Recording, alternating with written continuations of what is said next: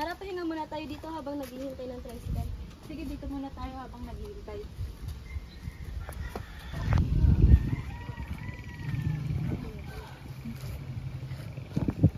Oh, hello miss. Ang ganda mo naman. Pwede mo pagkilala? Sir, may hinintay na. Sungkit mo naman. Sir, pwede ba umalis ka na lang? Hindi siya interesado sa'yo. Sige.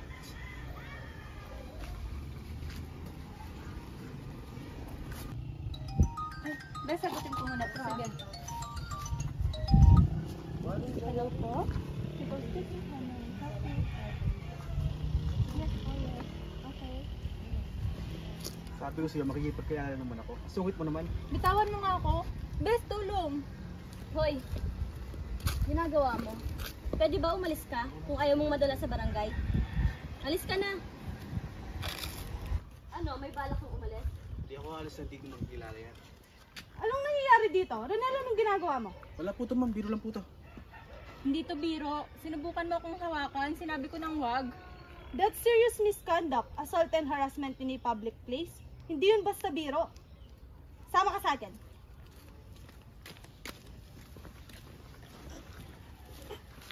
Ronel, ang ginawa mo ay labag sa moral, respeto at karapatan ng isang babae. Sensya na po, nagdala na po sa emosyon. Emotion? Hindi rason ng emotion para manghawak o manakit ka ng babae. Hindi mo alam kung anong traumang naidulot mo sa kanya. Hindi ko akalaing mangyayari ito sa mismong kalsada at buti na lang nandito kayo. Dapat matuto tayong lahat na walang sino man ang may karapatan na manakit o manghamak ng iba. May kaso laban sa assault and harassment. Thank you sa tulong niyo ah. Hindi ko alam kung ano yung mangyayari sa akin kung wala kayo doon. Lagi mong tandaan, Nicole, lahat tayo may karapatang ipagtanggol ang sarili natin. Kaya wag na wag kang matatakot na ipagtanggol ang sarili mo. At kailangan maging alerto tayo palagi dahil hindi natin alam kung sino yung mga taong nakapaligid sa atin, kung may masama ba silang intention sa atin. Tama. Lagi kayong mag-iingat ha. Ingat kayo sa pag-uwi. Yes po. Sige po. Thank you po. Salamat.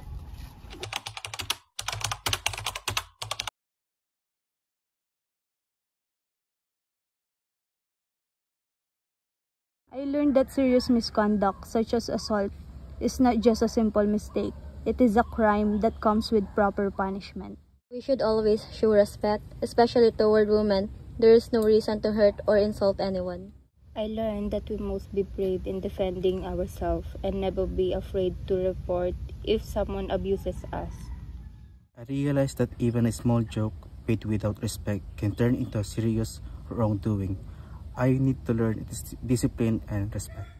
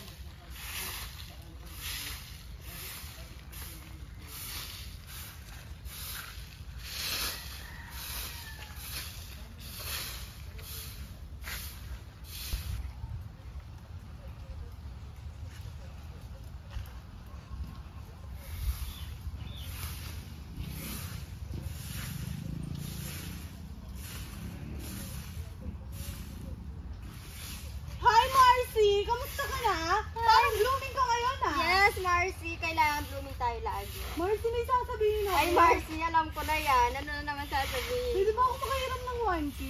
Walang-wala kasi talaga ako ngayon eh. Marcy, yan naman tayo sa pairam, tapos di man bumabalik. Hindi, promise, babalik ko next week. Meron pa ba ako dito? Tignan ko.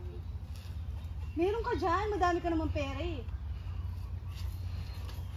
Ay, ito sakto 1K. Balik mo to Oo naman, promise, Marcy, balik ko next week. Marcy, yung promise na yan dapat matupad. Oo naman, balik ko next week to ha, Marcy. O, sige na, Marcy. Thank you!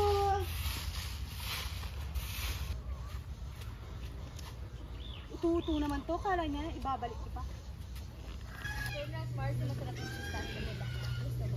Okay lang. Ayan siya, Marcy. Uy, Charmy! Ay, Marcy! Saan ka pupunta? Ay, wala. Nagano lang. May binili lang ako. Actually, maniningin na sana kami. May pera ka na ba? Ano kasi Marcy, wala pa talaga ako ngayon eh. Baka next week mo na mabayaran. Ay, Marcy, nag-promise ka. Sabi mo last week, magbabayad din ako ng kuryente. Ano ba yan? Eh, wala pa nga ngayon eh. Para pera lang, pinapakita yung ugali. Charmy, nanghiram ka dahil sabi mo kailangan mo. Pinahiram ka niya dahil may tiwala siya sa'yo. Tiwala, pera lang yun eh. Gamitin niya muna utak niya bago magpautang. Tabi nga dyan.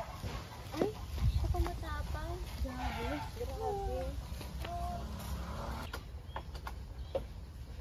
Kagawad, hindi ko na alam kung anong gagawin ko. Nangutang sa rin sa inyo, hindi ngayon hindi pa siya nagbabayad. Parang niloloko niya lang ako. May ebidensya ka ba? May patunay ka ba na nangutang siya? Oo, may screenshot ako. Sabi niya, next week to pay, magbabayad na siya. At witness rin ako, nandun ako nung nangihiram si Charmaine sa kanya.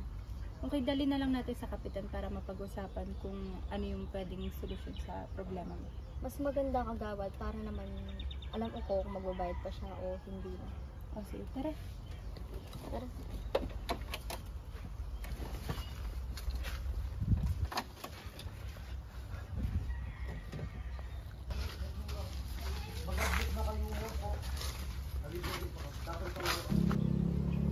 Kapitan! Oh, parito kayo. May inirereklamo lang sila pa. Ano yan?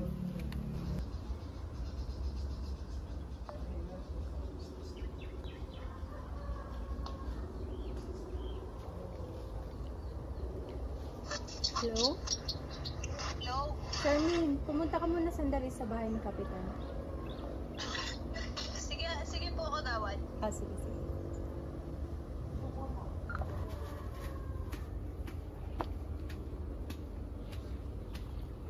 Ano po yan, Kapitan? Oh, Charmaine, may reklamo laban sa'yo. Ano yan, Kapitan? Nangutang ka to kay Princess na hindi mo binabayaran? Wala naman akong intention manloko, Kapitan eh. Wala lang talaga akong pera. O bakit mo ako binlock sa messenger at iniiwasan? Isang malinaw na ano yun. Willful breach of trust. Tama, pwede ka kasing makasuhan ng staff kung nalaman na hindi ka talaga nagbayad ng utang mo. Oo na, aaminin ko na. Nung una, wala talaga akong balak bayaran. Pero na-realize ko na mali yung ginawa ko. Sana totoo na yan. Kasi hindi lang pera yung nawala, tiwala rin. Pasensya ka na, Princess. Promise, babayaran ko kahit paunti-unti. Minsan kasi, mas mahalagang tiwala kaysa pera. Correct. Honesty builds peace. And deception destroys relationship. Tama.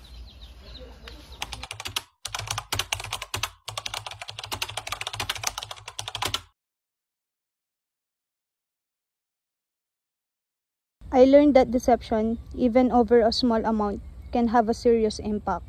Trust is something that must always be protected. For me, you should never ruin your reputation just because of money. Always be honest. I learned that lending money is not just about helping, it's about trust. That's why you should carefully choose the people you trust. I enjoy this subject because it's very timely. Situation like this often happens in real life. What we could have done better is to communicate earlier and have a written agreement as proof. Communication and honesty are a key of preventing fraud.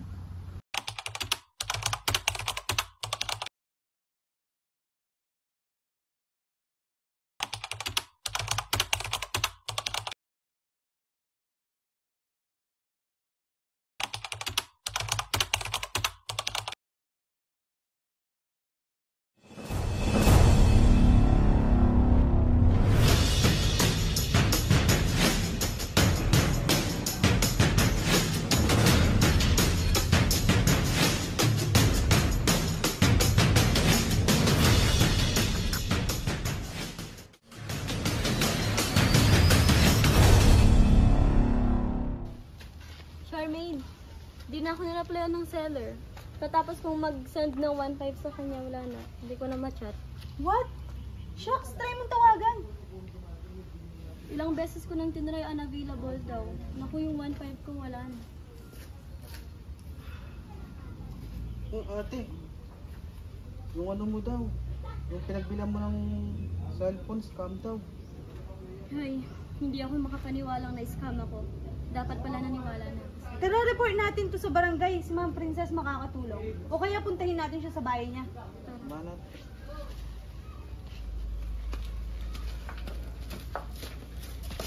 So you send 1,500 on seller and now she's gone? Yes ma'am, after ko po mag-send sa GCash, biglang nawala yung account niya.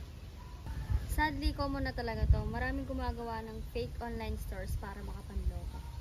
Paano ko po kaya mapabawi ang pera ko niyan ma'am? Sayang din po yun. First, mag-file tayo ng barangay blotter for record.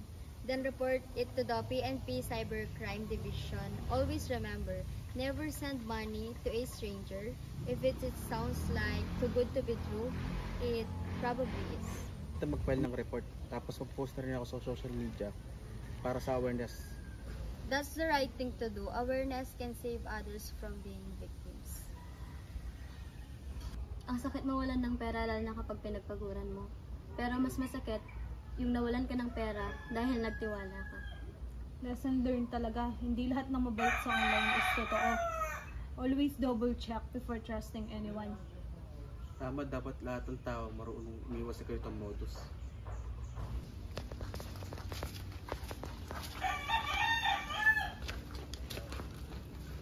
Elmira, we traced the account through the report. The victim has been caught. Sorry sa nagawa ko. Kailangan lang talaga sa pera eh. Mapapatawad lang kita kapag binalik mo ang pera ko. Pinagpaguran ko yun, kaya kailangan sa akin lang yun. At sana huwag kang manloko ng tao para kumita lang.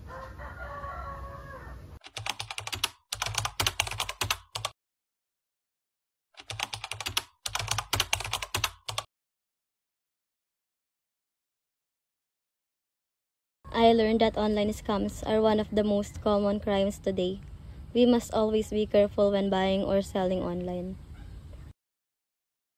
I learned to always verify information and never trust easily, especially when it comes to money.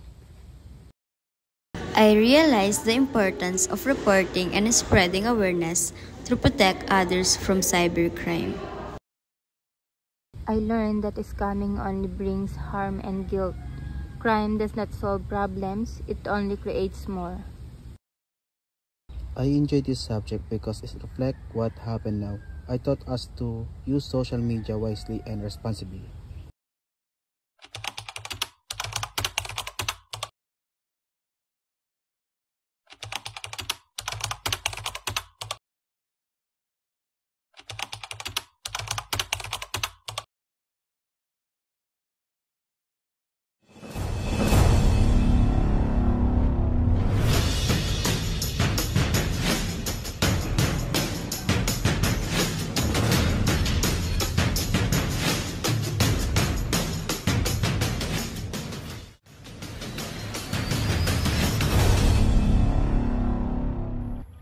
Okay, Tim, may order tayo ng 20 kilos of mangoes for delivery bukas.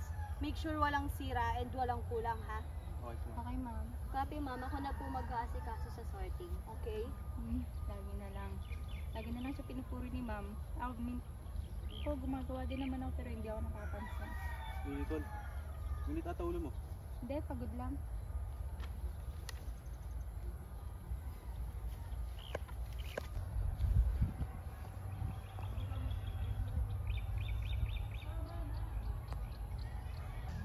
Rizon, ito yung mga kailangan natin gawin today, ha? Okay, ma'am. Wait lang, may nag-text. Ma'am, baka gusto niyo pong malaman, si Elmira raw ay nagbebenta ng extra mango sa labas ng farm. Ha? Ano to? Ma'am, baka pwede natin munang i-verify. Oo Baka nga. fake news lang kasi yan, ma'am. Oo nga. Alam mo na ngayon, marami na. Let's check the CCTV near the shed later. Tignan natin mamaya. Guys, may gusto akong sabihin. May nagsumbong na si Elmira daw ay nagbebenta ng mango sa labas. Totoo ba yon? Ma'am, hindi po totoo yun dahil hindi ko po magagawa ang ibinibintang sa akin. Ako po magpapatuloy, ma'am, na hindi si Miro. Kasama ko po siya buong magdapot. Ma'am, sinak ko rin po yung sa CCTV. Nandun nga po si Elmira buong araw pero wala po siya nilabas. Nicole, ikaw lang ang may access sa phone number. Ikaw ba yung nag-text? Ma'am, ako nga po, ma'am. Ayun nga po, naiinggit po kasi ako kay Elmira sa always na po siyang napapansin and gusto ko din po na mapansin mo. Nicole, bakit mo ginawa yun? Hindi mo naman kailangang manira. Pwede naman tayong magtulungan kaysa magsiraan. Nicole, ang ginawa mo ay hindi lang simpleng chismis. Isa itong willful falsification or malicious accusation na analogous to serious misconduct. Kahit hindi nakalista sa labor code, pareho lang ang bigat nito. Sorry po, ma'am, hindi ko po akalain na ganito po yung nangyayari Dahil sa ginawa mo, kailangan namin mag-issue ng written warning and hindi ka muna pwedeng humawak ng reports hanggat makabawi ka ng tiwala. Okay lang, ma'am. I forgive her. Sana, Nicole, natuto ka sa nangyari. Lesson learned talaga ito. Kahit hindi nakasulat sa batas, kung ang ginawa mo ay parehong epekto ng listed offenses, ito pa rin ay pwedeng maging dahilan ng disciplinary action. Oo, kasi hindi lang pera at property ang nasisira, pati ang reputasyon. Okay lang yan. Ang magandang gawin, magtulungan na lang kayo at huwag magsiraan. Yes, ma'am. Yes, ma'am. Okay, back to work, everybody.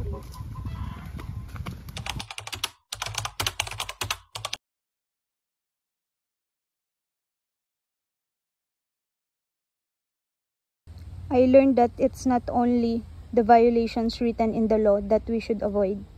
Even actions similar to the just causes can still lead to punishment. Trust is like a glass. Once it's broken, it's very hard to fix.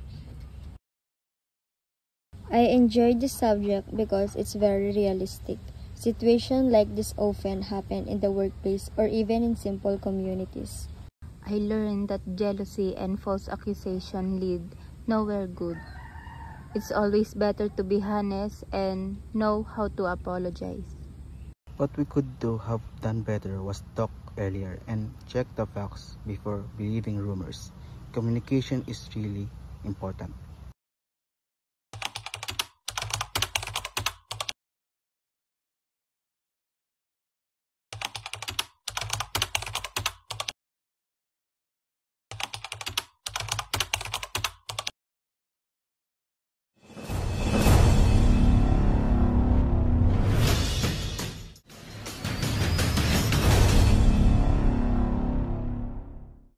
Okay, team, 3 deliveries tayo today. Dapat maayos at ma-deliver natin lahat. Princess, ikaw na bahala sa delivery. Check mo muna, okay? Oo, ma'am Elmira, madali lang yan. Sure ka ba, Princess? Kasi last time, kulang tayo ng isang order. Relax ka lang, Nicole. Sanay na ako dito. Hindi ka na kailangan na double check. Sana lang walang sablay ha, baka mapagalitan na naman tayo.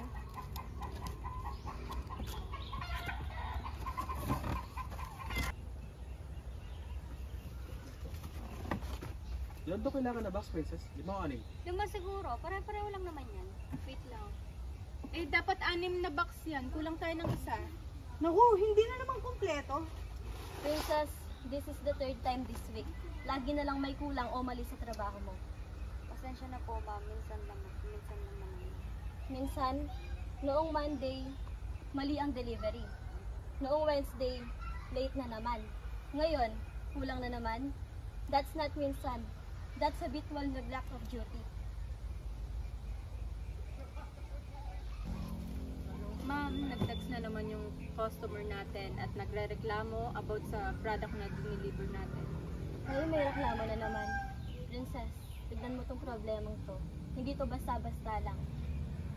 Bakit ba lagi kang nagpapabaya sa trabaho mo? Sorry po talaga, ma'am. Alam mo, Princess, hindi lang ikaw yung napapagod dito. Lahat tayo napapagod, pero dapat responsable pa rin. Hindi lang ikaw yung naapektuhan dito, naapektuhan din yung buong team. Oo nga, tama nga.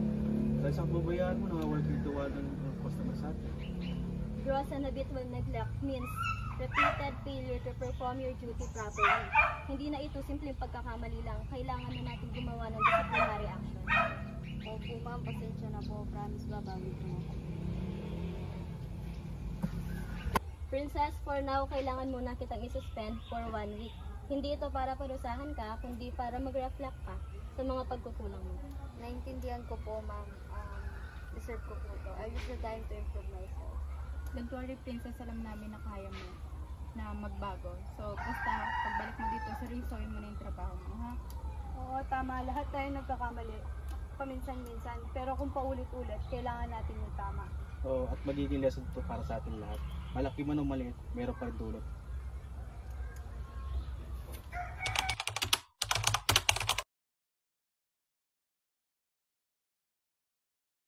I learned that gross and habitual neglect is not just a simple mistake. When it happens repeatedly and affects work performance, proper action must really be taken.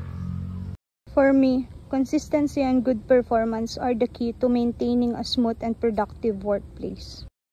I enjoyed this subject because it's very relatable in real life. There are really employees who need to learn discipline and concern how they work. I learned that repeated neglect has serious consequences. We should always be careful and responsible in every task we do. We could have avoided this if we had communicated better and double-checked before leaving. Teamwork and communication are really important.